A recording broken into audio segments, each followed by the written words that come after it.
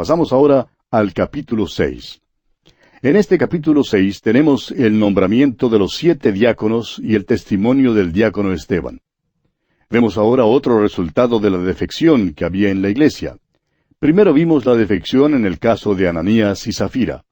Eran creyentes salvos, pero no podían quedarse en la iglesia primitiva mientras albergaban aquella mentira en sus vidas. Debido a que hubo defección en la iglesia, hubo necesidad de tener oficiales. Este fue el resultado del estado de crisis en la iglesia. La crisis condujo a la elección de 7 diáconos. Ahora el capítulo continúa con el relato de Esteban, uno de estos diáconos, y cuenta cómo es arrestado y juzgado por medio de falso testimonio y evidencia manufacturada. Leamos el primer versículo de este capítulo 6 de Hechos. En aquellos días, como creciera el número de los discípulos, hubo murmuración de los griegos contra los hebreos, de que las viudas de aquellos eran desentendidas en la distribución diaria. Necesitamos reconocer que esto tuvo lugar temprano en la historia de la iglesia. Habían estado procurando vivir de una manera comunal y realmente tuvieron buen éxito, pero solo por un tiempo corto. Luego la carnalidad entró en la iglesia. Vimos cómo Ananías y Zafira falsificaron su situación financiera y mintieron. Ahora hallamos que hay una murmuración de los griegos contra los hebreos. Ahora debemos tener en cuenta que esta no es una descripción de un choque racial. Esta no es una demostración de antisemitismo. La palabra griegos aquí significa helenistas, es decir, los judíos de habla griega. Vivían fuera de Palestina y disponían en Jerusalén de sinagogas particulares en las cuales se leía la Biblia en griego. Los hebreos eran los que todavía seguían la ley mosaica, leyendo la Biblia en hebreo en las sinagogas. Pues bien, ocurrió que se formó una disensión entre estos dos bandos. Se ha calculado que el número de la iglesia en aquel entonces pudo haber llegado a los 25,000. Necesitamos notar aquí que aquella iglesia primitiva no era perfecta. Oímos decir a los hermanos a veces que necesitamos volver a la iglesia primitiva. La iglesia primitiva estaba consciente de poder y hoy en día nosotros solo estamos conscientes de problemas. Pero amigo oyente, eso es solamente una parte de la verdad. La iglesia primitiva sí tenía poder, como ya lo hemos dicho. Pero no digamos que la iglesia primitiva no tenía sus problemas. Es posible que nosotros estemos conscientes de nuestros problemas hoy en día, pero ellos también tenían sus problemas. El alto nivel al cual el Espíritu había elevado a la iglesia fue interrumpido por la intrusión de una división y confusión satánica. La repartición equitativa de los bienes materiales, cosa que primero caracterizó a la iglesia, se dio ante el egoísmo de la vieja naturaleza, es decir, entró la carnalidad. Y los griegos, evidentemente un grupo disidente, se sentían desatendidos y demandaron que sus viudas recibieran igual consideración que las hebreas. Esta forma comunal de vivir no resultó tan bien como les hubiera gustado. Y así por último, sus quejas llegaron hasta los oídos de los mismos apóstoles. Ahora el versículo 2 de este capítulo 6 de los Hechos dice: Entonces los 12 convocaron a la multitud de los discípulos y dijeron: No es justo que nosotros dejemos la palabra de Dios para servir a las mesas. Los apóstoles creían que no debían desistir del estudio de la palabra de Dios. Creían que era muy importante seguir en esos estudios. Sabían que si desistían de su estudio de la palabra de Dios para servir a las mesas, eso sería su ruina. Ellos debían pasar tiempo en la oración y en el estudio de la palabra de Dios. Y es importante, amigo oyente, que toda iglesia reconozca esto hoy en día.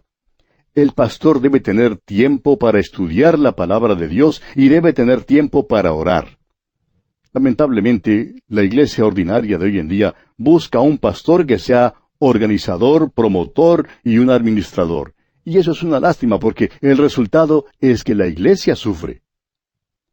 Ahora leamos los versículos 3 y 4 de este capítulo 6 de los Hechos. Buscad, pues, hermanos de entre vosotros, a 7 varones de buen testimonio, llenos del Espíritu Santo y de sabiduría, a quienes encarguemos de este trabajo. Y nosotros persistiremos en la oración y en el ministerio de la palabra. Los apóstoles les mandaron a buscar entre ellos a 7 hombres. Los diáconos debían ser elegidos por la iglesia. Tuvieron que ser nombrados debido a la crisis que se había presentado. Los apóstoles creían que era importante que ellos no se encargaran de este detalle para poder así dedicarse más a la oración y al ministerio de la palabra de Dios. Ahora fíjese usted en los requisitos de estos 7 hombres que, como veremos, van a asumir el cargo de la distribución diaria. Y tememos que estos requisitos sean olvidados en la iglesia ordinaria de hoy en día, cuando los diáconos son elegidos. Permítanos decirle, amigo oyente, que el cargo de diácono requiere espiritualidad, sabiduría y oración. Estos hombres tenían que ser hombres de buen testimonio. Su testimonio tenía que ser indisputable. En realidad, es una cosa trágica que una iglesia tenga un diácono cuyo testimonio es cuestionable, tanto así que los hermanos no puedan confiar en él. Tal hombre no debe servir como diácono. Estos hombres, pues, debían ser llenos del Espíritu Santo. No debían ser llenos de vino, sino llenos del Espíritu Santo, como dice el apóstol Pablo en su carta a los Efesios, capítulo 5, versículo 18. Además, debían ser hombres llenos de sabiduría. Debían ser espirituales y capaces de hacer una aplicación de la verdad espiritual. Eso era de suma importancia. Es que el hecho de que asumieran el cargo de la distribución diaria propende a darles una vista desproporcionada de las cosas. Por tanto, es de mayor importancia aún que los diáconos sean hombres que ven las cosas desde un punto de vista espiritual. Se nos da ahora una descripción de uno de esos diáconos, Esteban. El versículo 10 nos dice que no les fue posible resistir la sabiduría y el espíritu con que hablaba. Tenía una verdadera convicción, era un hombre lleno de fe. No solo tenía la fe salvadora, sino que también poseía la fe que sirve, una fe que testifica. No era la cantidad de su fe, sino el objeto de su fe lo que era importante. Nos enteramos, según el versículo 8, que Esteban era lleno de poder. Estas, amigo oyente, constituyen las cualidades más importantes de hombres que son elegidos como diáconos. Continuemos ahora con el versículo 4 de este capítulo 6 de los Hechos. Y nosotros persistiremos en la oración y en el ministerio de la palabra. Ese era el deber de los apóstoles. Ahora los versículos 5 y 6 dicen, agradó la propuesta a toda la multitud, y eligieron a Esteban, varón lleno de fe y del Espíritu Santo, a Felipe, a Prócoro, a Nicanor, a Timón, a Parmenas, y a Nicolás, prosélito de Antioquía, a los cuales presentaron ante los apóstoles, quienes orando les impusieron las manos. No podemos decirle más en cuanto a los últimos 5 hombres que se mencionan aquí, ya que no son mencionados más en la Biblia. En cambio, veremos que los primeros 2, Esteban y Felipe, serán mencionados nuevamente al seguir nuestro estudio del libro de los Hechos. Todos estos fueron hombres sobresalientes en la iglesia primitiva. Fueron hombres que sirvieron como diáconos en la iglesia primitiva y según los requisitos que ya vimos para tal oficio, sabemos que eran hombres espirituales. Ahora, amigo oyente, a veces parece que se le da un aspecto muy ceremonial y misterioso y aún casi mágico a esto de la imposición de manos. Muchos creen que produce algún poder espiritual. Creen que la imposición de manos comunica algo a la persona. Amigo oyente, lo único que usted puede comunicar a otra persona mediante la imposición de las manos son los microbios. Sí, puede pasarlos a otro, pero no le es posible pasar ninguna clase de poder.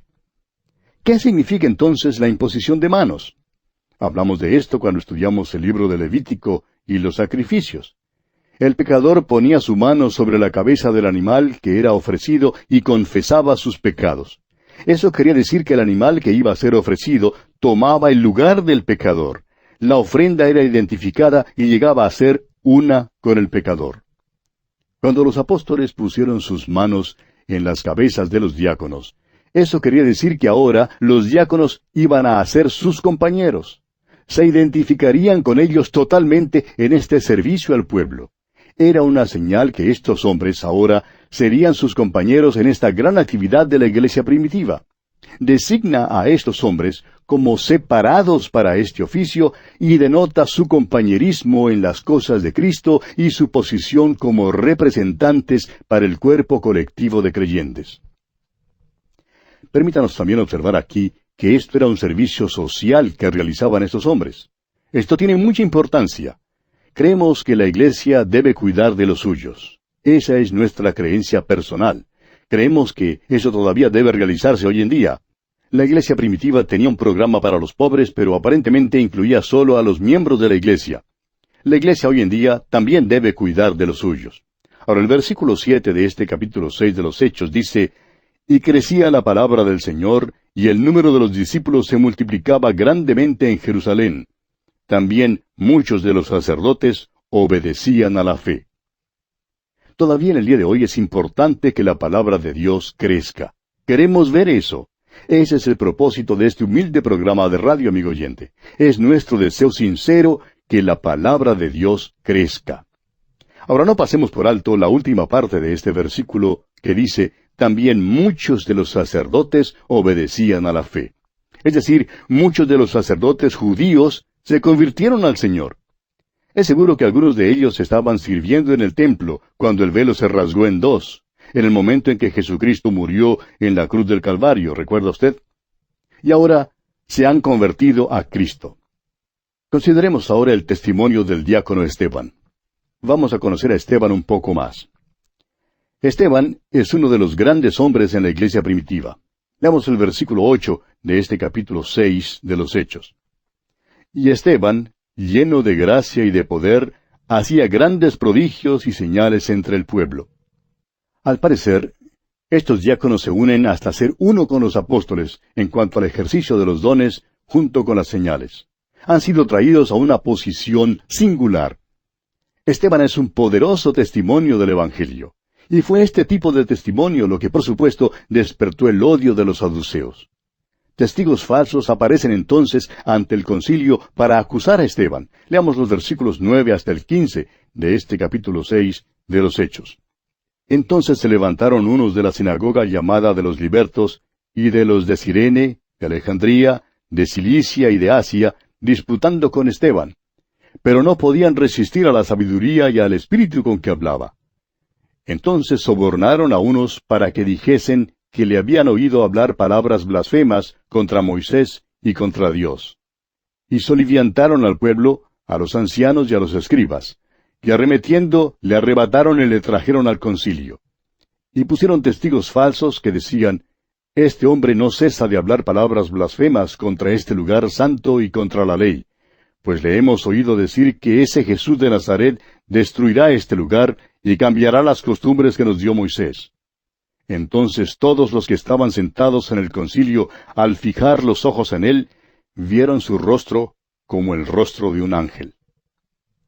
Ahora veamos esta escena que se desarrolla aquí un poco más de cerca. Esteban es llevado ante el Sanedrín y también son traídos los testigos falsos. Los testigos falsos hablan la verdad, pero solo en parte. El Señor Jesús sí dijo que destruirían el templo y que Él lo levantaría nuevamente. Pero Él estaba hablando de su propio cuerpo. En el juicio del Señor Jesucristo, los testigos falsos entendieron mal esa declaración y la falsificaron. Por tanto, aquí entienden mal a Esteban cuando él dice que el templo en Jerusalén será dejado desolado. En realidad, el templo sin Cristo ya estaba desolado de todos modos. Y ellos entendieron mal lo que Esteban les decía en cuanto a las costumbres que les dio Moisés. Los hombres nunca han sido salvados por la ley, sino por la gracia. No comprendieron lo que decía, y por eso su testimonio solo era parcialmente verdadero. Ahora, según dice el versículo 15, vieron algo maravilloso en el rostro de Esteban. Y creemos que este hombre se aproximó más a ser un ángel que cualquier hombre que jamás haya vivido. Qué hermosa escena esta que contemplamos aquí con Esteban frente al concilio, frente al Sanedrín. Y bien, amigo oyente, así concluimos nuestro estudio del capítulo 6 de los Hechos. Vamos a aprovechar esta coyuntura para detenernos aquí por hoy. En nuestro próximo programa, Dios mediante, iniciaremos el estudio del capítulo 7, donde veremos la defensa y el martirio de Esteban. Le invitamos pues a acompañarnos al continuar nuestra marcha por este libro de los Hechos de los Apóstoles. Mientras tanto, deseamos a usted las incontables bendiciones del Señor.